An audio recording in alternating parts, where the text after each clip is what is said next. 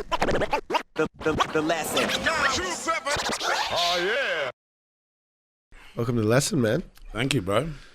It's good to be here. I'm really glad to be back in Adelaide, eh? From Tasmania? Yeah, straight out of Kingston. It's just south of Hobart. Yeah, down the southern side of the state, but I've been based there for the last 6 months. Just doing my thing. Yeah. Yeah. So tell us a little bit about Hobart. It's an interesting city. It's about like, I think it's 220,000 population, so it's a very small town still, but somewhat of a city. But yeah, I grew up down there and there's not too much to do, so I think hip-hop was a perfect answer for growing up, you know what I mean? Like, there's a lot of drains and stuff like that, a lot of tunnels to explore, so graffiti went hand in hand with that. Yeah. And other than that, you just generally got drunk in the park, and kind of rapping went hand in hand with that, you know what I mean? So, yeah. We quite proudly took out bogan hunters, you know, that was our like claim to fame, I guess. We had three people in the finals. No other on the other states, they had one person in the finals. We had three, so you know, like, and then there's one guy took out the points comp, and then two other kids they're from Bridgewater. Shout outs to Bridgewater if anyone's listening. But yeah, they ended up at their house, and I used to get weed off one of them when I was like a kid. Fucking.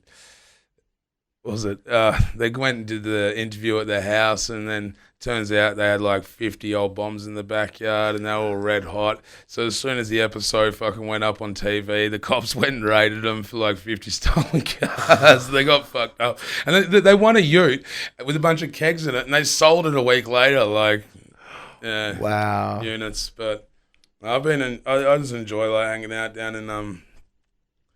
in Tassie and fucking lurking around the hoods, man. Keeps life interesting. I fucking hate rich suburbia. I used to do door knocking when I lived in Melbourne, trying to sell electricity to people, you know. I worked for a broker and it was fucked. And I've lurked around many a neighbourhood full of angry people that want nothing to do with humans, you know what I mean? And I'd rather chill in the hoods where everyone's fucking, you know, mixing it up and getting loose, and there's something going on, you know. Every day there's a different drama. Keeps us entertained. The first time your name came to my attention was when I started getting into the battle rap stuff. Yeah. And were you founder of, was it Grime Time Australia? Yeah, somewhat. I guess like it was founded by myself and someone else, but I wouldn't say we found it. We were kind of given the right to start it, you know what I mean? Because Grind Time was already an established company in America. My first dealings with the battle scene outside Tassie was through Got Beef, and I did a few battles through them, and then ended up organising an event through Got Beef. But as it turned out, we ended up releasing it as Grind Time Australia and running it from then on. And so tell us about some of the battles that you had on there, because the one that I saw and that I remember in particular was the Kerser 60 battle. Yeah. Tell us about that as someone that obviously organised that and was behind the scenes, as well as you hosted the event. Yeah. You know, kind of the story behind that. Well, I think like the battle scene, like first Got Beef was March 2010, and that's where like I was, you know, well aware of 60 before that, even in the early days when he was doing stuff with LC and Uncut, but and then, you know, the whole Forthright era, those guys had always done shows down in Hobart, so I was a fan of his stuff through Forthright, you know what I mean? And the mixtape that they did I thought was really good, and then 2010 in March it all kind of kicked off with Got Beef, and that was my first experience coming over to what we call the mainland, in the hip hop scene, you know, not just going for a family holiday or whatever. And I met both those guys at that event, and I think they both kind of represent a massive sort of demographic in Australia, you know what I mean, in their own each ways. There were so many different styles of a clash. Like even 2 years before the battle happened, people were asking to see it because they were both such characters, you know, and they're kind of both easily relatable to certain sides of the country and Australian culture, you know what I mean? And so I knew for a long time that battle especially was going to pop off. And I think it kind of Like I battled 360. I think it was December in 2010, and then I set up a battle against Kerser in February, 2011, in hopes that like I could then eventually set up that main matchup. You know what I mean? And because I beat 360 and then I lost to Kerser, it kind of went hand in hand that they battle next. Yeah, right. So that's kind of, so you sort of had that in mind while you were battling these dudes. Yeah. Well, I noticed when I started running Grind Time Australia, I was kind of looking for guys that had also quite a following and quite a bit of buzz to try and push to make a big matchup. You know what I mean? And make something pop off that would one only be watched nationwide as well as internationally. You know what I mean? And yeah, so I'd had that in mind for a fair while. Like as much as I love battle rap, and I've never really cared too much about winning. You know what I mean? Like to me, it's all fun and games. You know what I mean? So losing a battle to Kerser and like the hopes that fucking I'd set them up. Like I was stoked if anything that kind of was the outcome of the situation. When you're putting together a matchup like that, is it? Tell us a bit about that, like trying to negotiate with people and. Yeah. I think they were both, from what I remember, it was a while ago now, but they were both pretty easy in regards to organising the matchup. I think both of them knew that it was in their best intentions. They both had an album dropping around the same time. I think it was between... the battle was early December, and Kerser was dropping his just afterwards, and at 60 he just dropped one, but it was a perfect time for it, you know what I mean? And things just all fell into place, really. And when that came out, got over 1 million views in the first month of it being out, and all of a sudden, everywhere I was going in the whole country, kids are asking me who do I think won it? You know what I mean? Like, yeah. When they wanted a promo, nobody really wanted to have that judge. But yeah, I'll never be left with the forever question of who won out of 360 and Kerser. You know what I mean? Everywhere I go, it haunts me. Well, now I got to ask you. Yeah, who do I think won? No, because when I watch it, Yeah. sometimes I'll pick 60. Yeah. Then at a different time, I'll think, oh, no, maybe Kerser got him. Yeah. That's what makes it.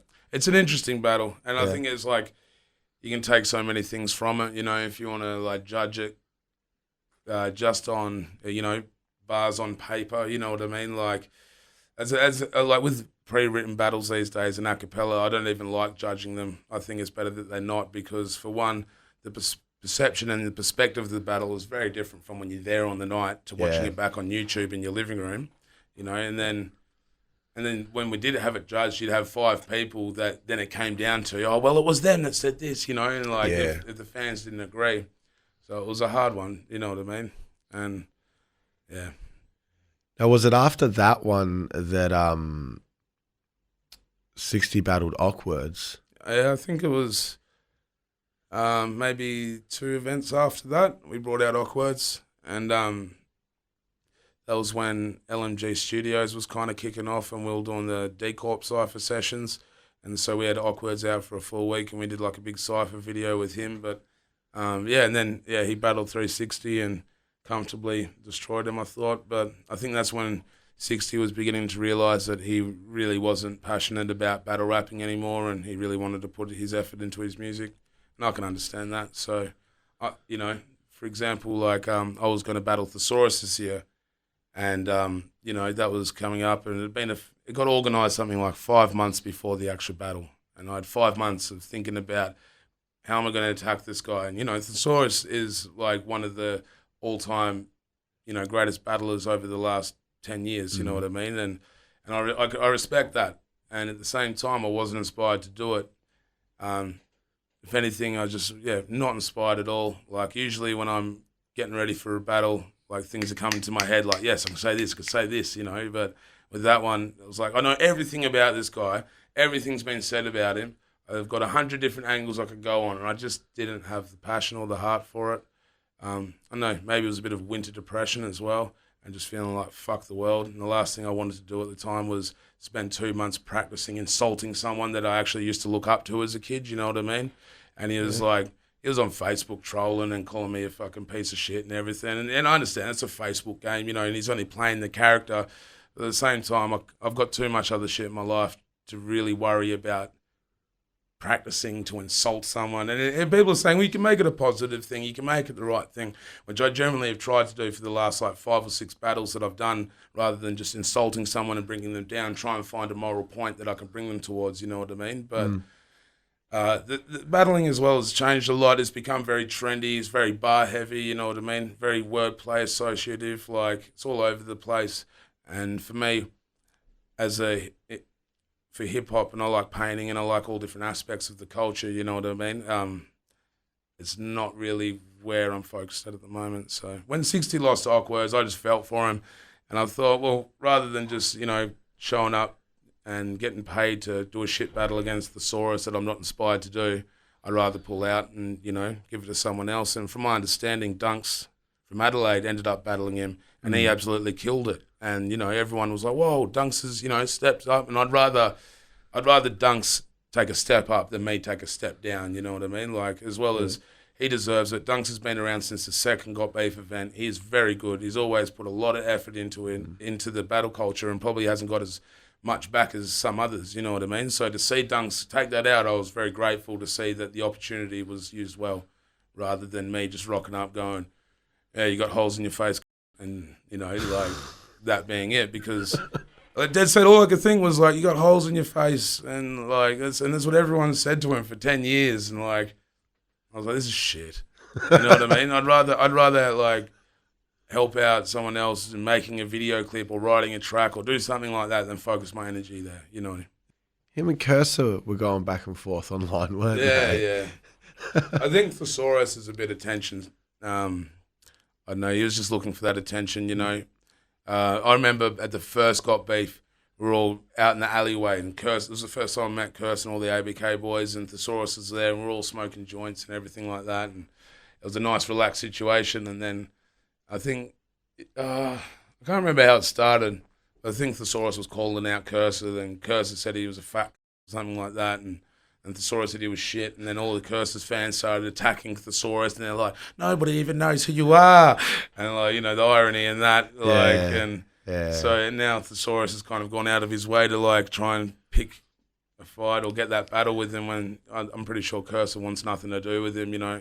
Yeah. He's succeeding quite well. He's just finished his 6th album in 6 years and about to do his fucking 6th tour, you know what I mean? You can't knock that dude's hustle. I think the last thing on his mind is coming up. And also, like, I've done battles since I was about 16, 17, and I'm 27 this year. So, and I look at Thesaurus, and he is still really good. But I think, bro, you're just going to battle forever? Like, are you going to do anything else but just still battling? Like, is he going to be 60 years old just sitting there on his porch going, why aren't the kids battling me? You know, like, that. And then I kind of, like, looked at myself, and I'm like, fuck, all I've done for the last 10 years is a lot of battles and one album, you know what I mean? And for me, like, I really like making music, and I feel like I've got something more to give to music rather than battling, you know. But at the same time, I love the pure hip-hop aspect of it. Like, I've been running these freestyle battles again in Tassie, and we've done 4 events now. And, like, for example, with the last one, this local dude, his name's Jesse Smith, and he doesn't even rap. He's just kind of like the guy that's always chilling, and people always hang shit on him, but he's a real good bloke, you know, but he cops it. And, like, so we said we were 1 number short from the battle, from the 16 that we needed for the tournament. I'm going, Jesse, you're getting on it. And we put his name down, you know, and he's going, all right. And he just gets up, and he tried rapping on the mic, and he was so nervous that he's shaking the mic like this. But at the same time, he got real angry, and he's like, I'm going to win this. And he's like trying to rap into the mic and shaking it and going, I better fucking win this shit. Really better make me famous, you know. And, like, it was great, you know. Everyone was laughing. He had a good time. He got off the stage, like, you know what I mean. Like, it was kind of like refreshing. And even though it's back to the bare essentials, I think that's where you find hip hop. You know what I mean? Now, if I said to you, tell us, like, your golden era, like, take it back. My golden era? Yeah, to describe, like, what the golden era was like for you. Like I said, like, you know, from the graph thing to going to events, the records you were copping. Yeah, I'd say it'd have to be around, I'm just thinking, because I was always keen to sneak in and, you know, do the window mish in the pubs when I was a teenager. I remember once when I was like, I think it was the day of the dog tour for Bliss and Esso, and I snuck in the window of the pub, and it was the window that like was behind them on stage, and I literally snuck onto the stage behind them as they were playing and managed to get around into the crowd. And it took about half an hour. Someone recognised me and went, "Go on, get out of here." But yeah, that was my golden era. Would have been about, I'd say, 2005 to 2008, 2009. Yeah. And that was through my late teens. And as I turned 18, was allowed to actually play at venues, and I used to do like the block party supports down there, and with Obese when it was in its full movement and everyone was joined together, and tag along to those, and even if I couldn't get into the pub, I'd end up at the after party where everyone went. You know what I mean? And Yeah. I remember like fucking smoking a ridiculous amount of good hash. And fucking Muff and Plutonic were there, and I was whiting out, and Muff was trying to look after me, and I was just like full graining out on the couch. Good times. And then me and Da Vinci, my mate that I'm making the album with, we walked all the way back up the hill to his house, pretty much passing out on each other's shoulders as we were walking. So for me, that was like, the golden era, and freestyle battles were, awesome. Like, and as much as I love the pre-written ones, I suppose that's kind of why I've gone back to putting on the freestyle ones, is because the random things that happen on those nights that can get said in a battle, you can't script. You know what I mean? Yeah. Like, it's...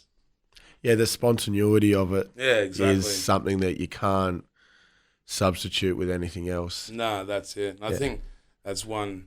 I mean, like, even with the pre-written battles these days, like, the best bars in the world, if you drop a good freestyle flip, you'll win. You know what I mean? Like, you just got to have that flip. Like, Disaster from America went to New Zealand and battled a Kiwi fella not long ago, and kept saying he looked like Mr. Miyagi. And the Kiwi guy had nothing on Disaster. Like, he was good, don't get me wrong, but Disaster's a beast. And he goes, "Oh, you called, he's like, your rap's lost. You called me Mr. Miyagi. Your eyebrows are getting waxed off." You know what I mean? And like, even Disaster was like, whoa, like blowing the fuck out. And like, that one flip instantly made that guy look on Disaster's level. You know what I mean? Yeah. Just because he had a good freestyle flip.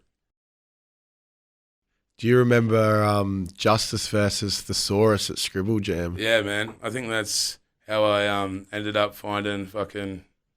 I think that's how I started getting on YouTube, because I was watching the Battles for Supremacy. We ordered the DVDs from Rough Cut Records. That was our one shop. We only had one hip-hop shop. We had no JB Hi-Fi. Sanity was there, but, they weren't doing anything underground in any way, So we had one shop, Rough Cut Records, that we'd order our DVDs from, and it'd take 2 weeks to get in. And we had a few copies of Battles for Supremacy that did the rounds, and we were all watching Justice and Anecdote and Trials, and who else was it? Chase was in that, and all the New Zealand guys as well. And then, I remember catching up with a mate, and I went round to his house, and he's going, "Oh, Justice did this, battle and Scribble Jam," because we heard about Awkward's coming over and the winner of Battles for Supremacy going over there. And that's still, I reckon, one of the best freestyle battles that has ever happened. Like, Thesaurus has always been, and it wasn't Thesaurus's best day either. Like, if you watch the Fresh Coast documentary, and it's got a lot of footage of Thesaurus and his like golden years sitting, just freestyling against randoms in clubs in California, and some of the moments in that footage is unbelievable. Yeah. I think Justice actually caught him off guard quite a lot, because, from my understanding, there was this guy called Philip Drummond, who was he was a producer from California. I think he's from the Bay Area. But originally he was the guy that used to go along to all the freestyle battles in California, where Thesaurus and Ilmac and that generation of really good freestylers came out.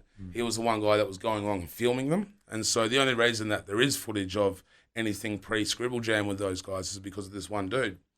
And back in the day, he used to be, I think it would have been like even fucking Yahoo chat hip-hop groups or something like that. And Justice came across him there and bought some footage off him. And so in 2001, I think it was, Justice got a heap of footage of Thesaurus and all these guys in America freestyling in clubs.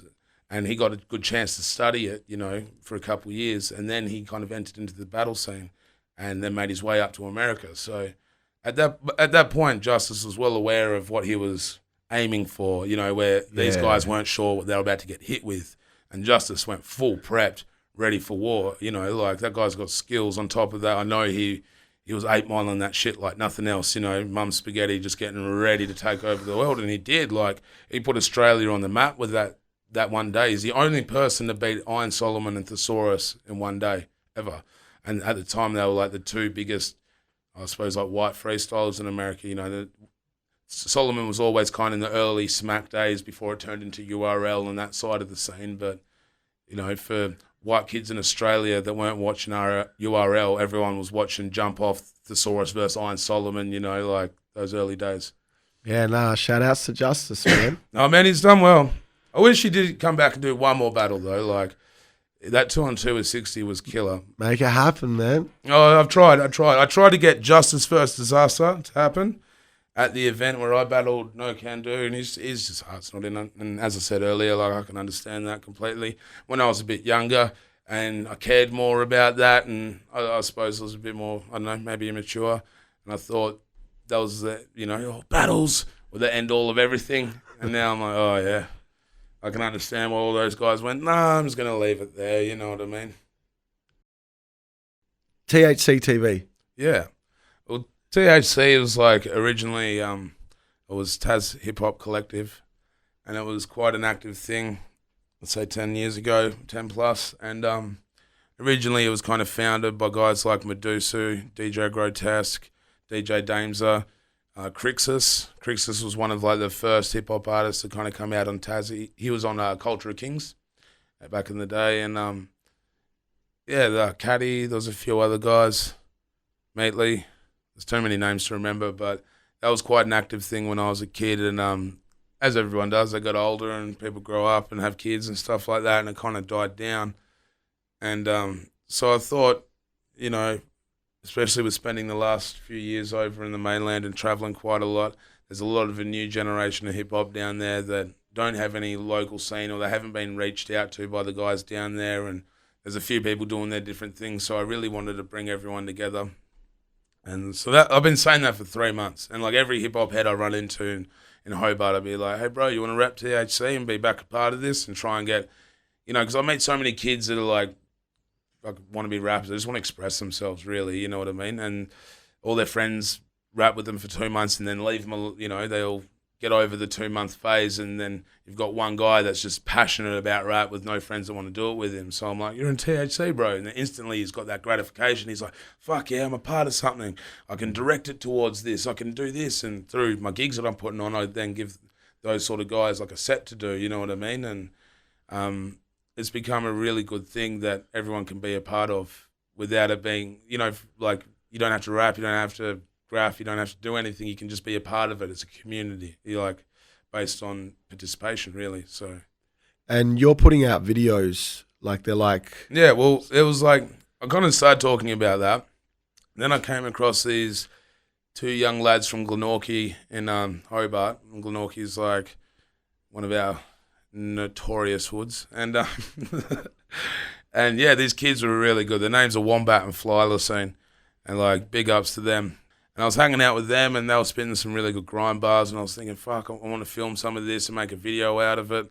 And then yeah, well, like things like, you know, Hustle Hard TV, which did really well for like the Southwest Sydney area and kind of gave that style of Aussie hip hop a platform. You know, Kerser through his early days through it, and then it got, you know, a bit out of hand. I think at one point there was all sorts of weird on there, but it generally did blow everything up for that area, and all of a sudden, like that kind of that Southwest Sydney style was a serious player in the Aussie hip hop scene. You know what I mean? Like after Kerser's introduction to the scene, you couldn't really deny it. You know what I mean? So I got reminded of that, and being from Tassie, and you know, back in the day before we kind of got out there with the battles and got around it. We used to get on AusHipHop.com in the forums.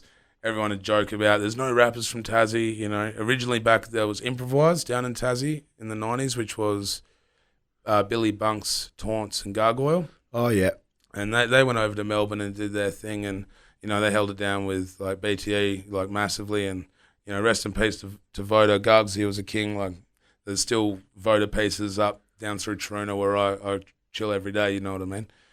But yeah, I'm really stoked to do something for my hometown, as well give these kids down there that feel like they're cut off from the rest of the world something they can be a part of. In regards to Kerser, I mean, his career is now big.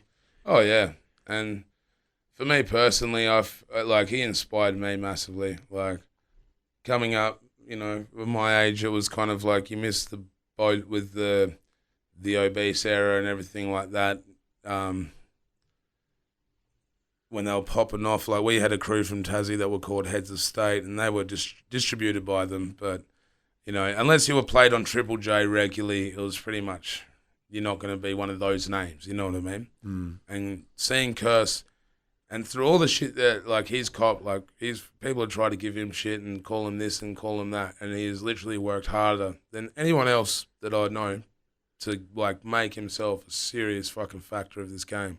And it inspired me. I don't know if I would have done my album if I didn't see how hard he worked and how much he achieved. And I went, wow, and I think one of the biggest problems in Aussie hip hop is that people are easier to whinge rather than hustle, you know what I mean? Like, a lot of people will not put the work in and just sit there and bag out the other guys that do. And it's like, well, and if you work hard at anything, you will achieve it. Like, anything is possible. And anyone with certain goals that knows you can go do it. You just got to put the work in and get there. Like, Kerser really did that.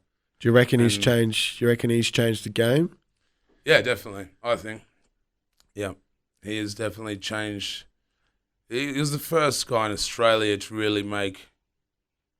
Well, not I know. He's definitely changed the game. He's just the first guy to really do it without the help of Triple J, without the help of a major label. Until the point where now, Warner offered him ABK. That's fucking amazing. Yeah, man. I mean, how did your relationship with Kerser originally come around? Was it through the Grime Time? I was through Got Beef. I originally met him at Got Beef, and they were the one guys from out of everyone that I met at Got Beef that would come down and do shows in Tassie. So I'd help them out with the gigs down there. They've always been, awesome to me and get me on shows over in Melbourne. And the last 2 tours I've done Melbourne and Perth, and he's always said, I'm welcome to come on that and support. So that's been, very beneficial for my career as well, for how big his name has got.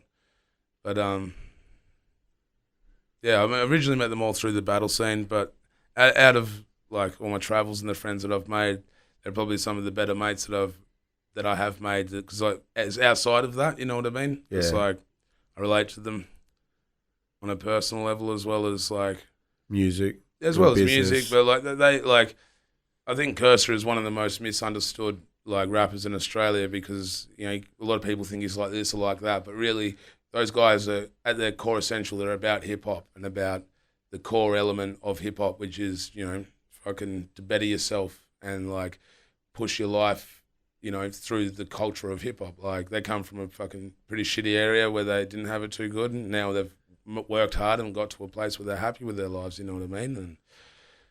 And yeah, I can't do nothing but respect that.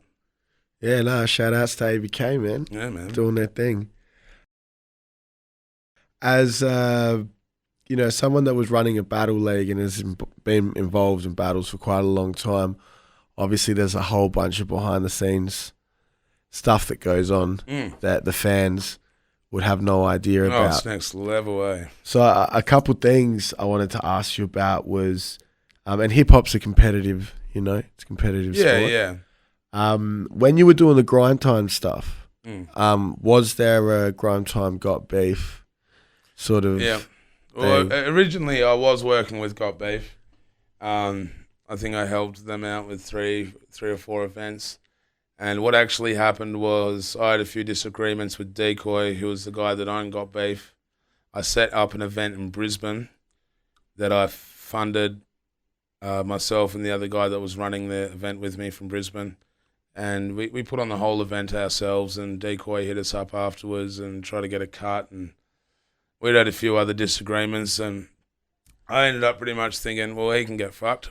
And because he'd screwed me around a bunch of times, and at the time we just put on this event in Brisbane, and we had Lush One, who was one of the co-owners of Grind Time in America, I think he had some issues with Decoy as well, and he kind of said to me, he was like, well, fuck him, man. Oh, we'll get this footage and we'll start Grind Time Australia. And I was like, yeah, right, sweet. And so it kind of went from like, me working with Got Beef to kind of launching Grind Time Australia and trying to do my own thing. At the time, a lot of the guys that were battling were having troubles with Decoy and didn't really want to work with him. And they were kind of encouraging me as well because they're like, yeah, sweet, we don't want to do battles with this guy, you know. If you run this, we can do. And because we had the cosign from America, you know, that was a good look internationally. So I was like, well, fuck yeah, I'll go through that. And so that ran for, I think, about a year and a half until, you know, as the battle scene does, it has issues. And over in America, the original Grind Time company ended up falling to pieces. And we were actually going probably harder than they were at the time. But once the company shut down, we couldn't use the name anymore. And yeah, I mean, the battle scene's like, it's really good. And I like at the end of the day, freestyles are freestyles. You know, people should freestyle against each other all day, every day. You know, it's like Vikings used to freestyle. Back 2,000 years ago, it was considered a talent to be able to rhyme words in front of the rest of the village. You know what I mean? Like, it's just how they were. But I think with the pre-writtens comes a lot of politics, especially when people are getting paid to battle, you know, without winning or losing. It's a performance fee rather than a competition, and it takes out that sort of competitive edge of it. And you watch so many big battles these days where they don't really want to battle the guy they're battling, and they both just walk around the stages going, I only do this for the cash. And it's just like, well, fuck off. Like, you only do it for cash. Why don't you just go fucking do an office job? You know what I mean? Like, I'm not going to watch you sit there and do something you don't want to do at an office. So why am I going to watch you do a rap battle that you don't want to do? And you're just going to pace around going, I don't want to do this, you know? I just like money. I hate money. I really hate it, like, massively. It's like a magical fucking number, legal tender, you know what I mean? Like, so these guys that I think, and I like to think that they were inspired by the same things that I was inspired by with hip-hop. And it was like, no, you can do anything with nothing, you know what I mean? You don't need money. You don't need this. He can drop a beatbox and we can freestyle right here. Or even if we ain't got no paint, we can carve our names into the sandstone and make a cool piece. You know what I mean? Like, you don't need none of that. Like, so that, I think that side of the world gets me down massively. Let's talk about Dundee. Yeah. Because he's one of your homeboys from Tassie. Man. Yeah, well, like, Dundee was like a couple years, he's 3 years older than me.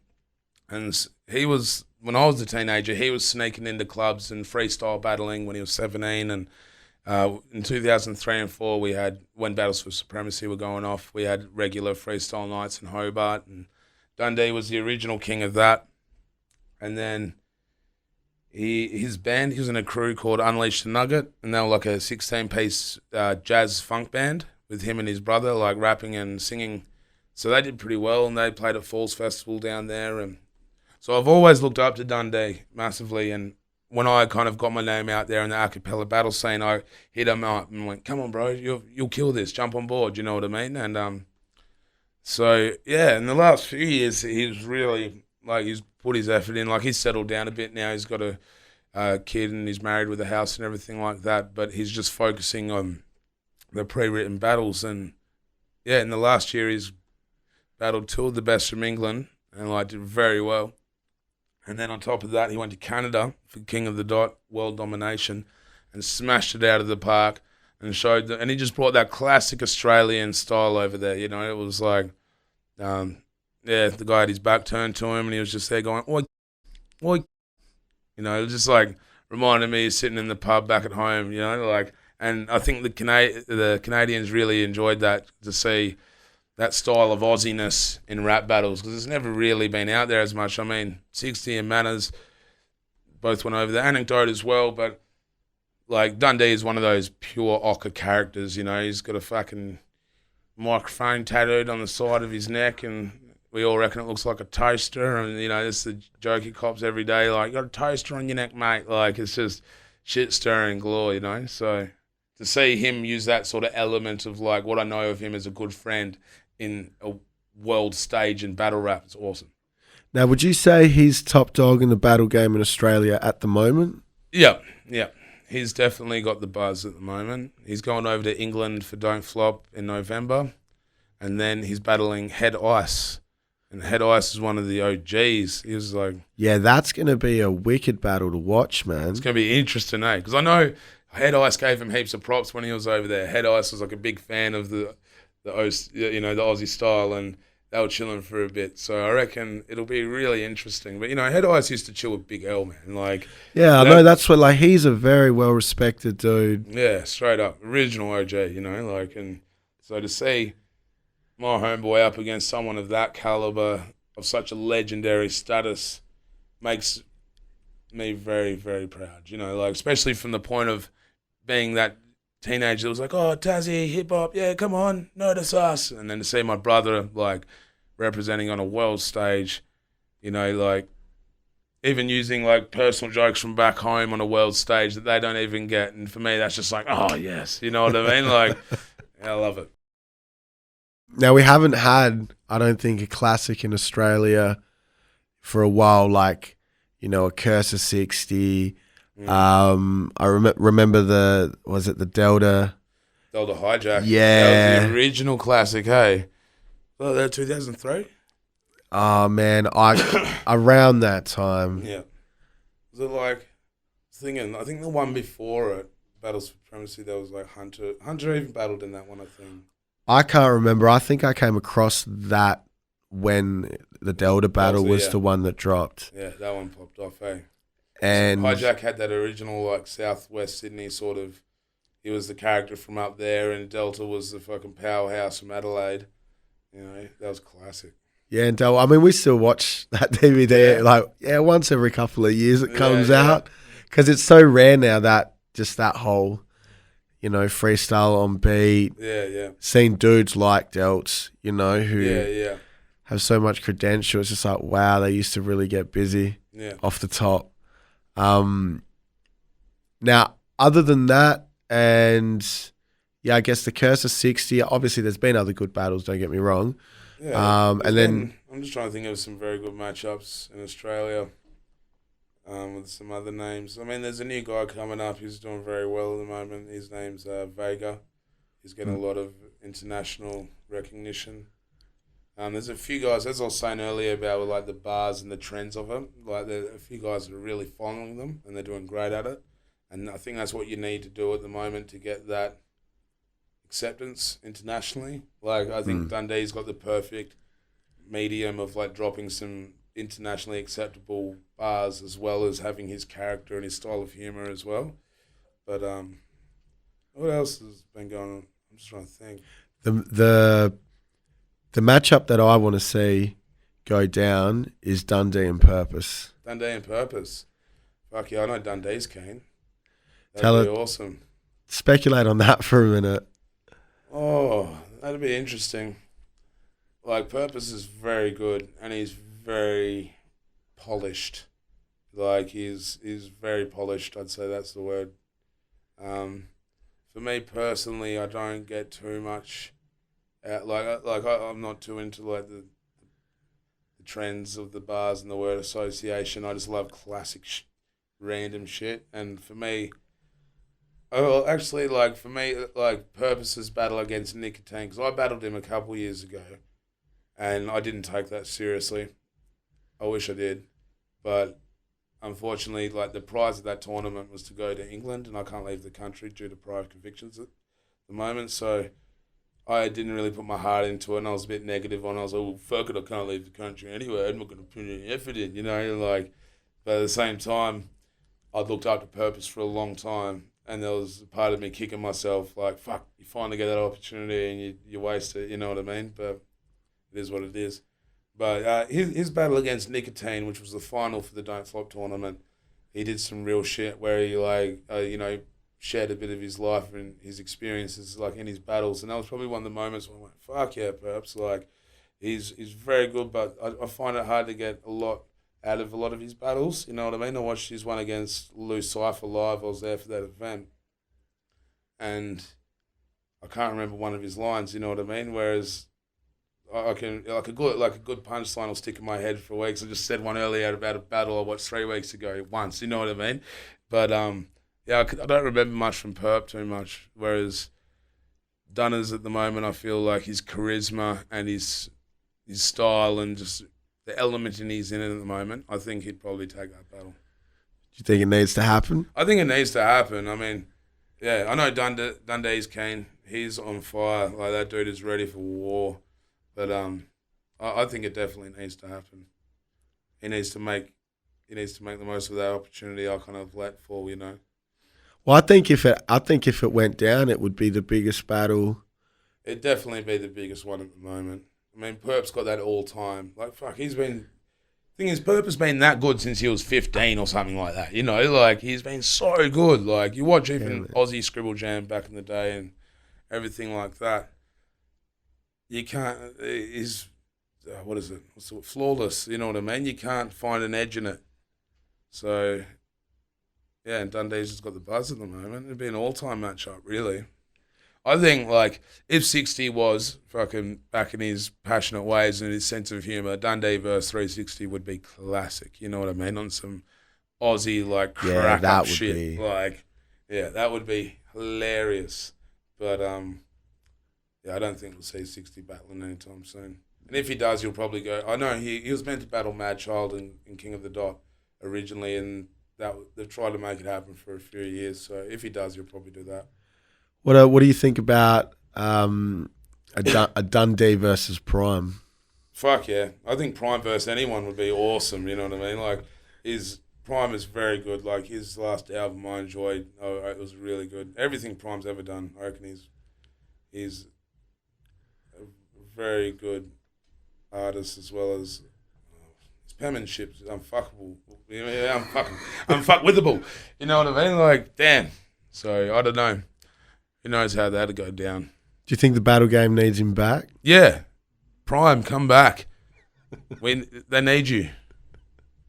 You know, but I think if Prime had decided to be a part of it, he'd be one of the all-time greats. And he is from his era, you know what I mean? Like, if anyone was around for WRC, they know how good Anecdote and 60 versus Prime and Purpose was, and how much of a controversial factor that was. You know, Prime and Purpose could have gone to America and probably done just as well, you know, like I think they were freestyling a lot more, whereas Anecdote used to, like, prep heaps back in the day. And I thought it was all freestyle. I remember watching WRC and being like, he just did 18 multis in a row and they're 4 syllables. And then all of a sudden, yeah, all right. And once you pre-write a few battles, you start to understand what he's doing, you know, and you're like, okay, yeah. But, yeah, it'd be great. I think maybe that was the reason what kind of turned Prime off it, maybe, because he seemed to be hungry about it. And then, there was some reason, but, like, I think there was an issue about who won that battle. You know, they were a bit dirty that they didn't get chosen, and maybe some inner politics or something like that. And it seemed that Prime after that was just like, no, I'm done with it. You know, which I respect. I'd love to see Prime versus 60. If I could see anything in Australia. Yeah. Yeah, because that'd be like Revenge from WRC. Well, they're just so witty. Yeah. You know, and they can go off the top. Yeah. But if you let them write, and they've just got that presence in that environment. Prime versus Justice. Shit. Damn. One can with Prime. Come back, man. Yeah. Hope you're listening, man. He will. Yeah? He will, yeah. He'll come this shit. Awesome. I was stoked when I met Prime. I was looked up to him for ages. And everyone used to give me shit and say I had gums like Prime in my battles. And so I felt like we were gum brothers. You know, I was like... Oh, shit. The lesson. Oh, yeah.